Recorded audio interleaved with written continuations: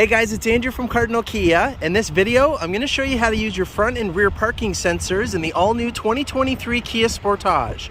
I have in front of me here an X-Line Limited all-wheel drive with sage green interior and shadow matte gray. Let's get started. Okay, so to start us off, beautiful paint job. But the front parking sensors are located in the front here. We got one above the fog light, one to the right of the license plate, and then the same thing on the other side. And the rear location is right here to the right of the reflector in the bottom of the bumper, and then a little more toward the center on either side of your reverse light.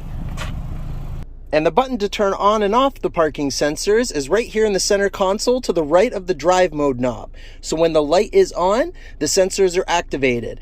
If for any reason either the front sensor gets blocked by bugs or snow, or your rear sensor is blocked by a bike rack or something on the back, you just make sure you push this button and the light goes out.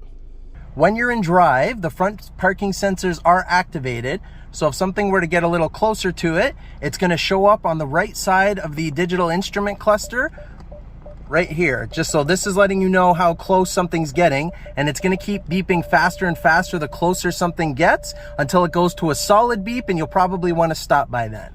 And when in reverse, it also comes up and does the same thing. The closer something gets, it's going to start beeping faster and faster, and it will show you what color it is based on how close the object is. And that's how you do it. Thanks for watching, guys.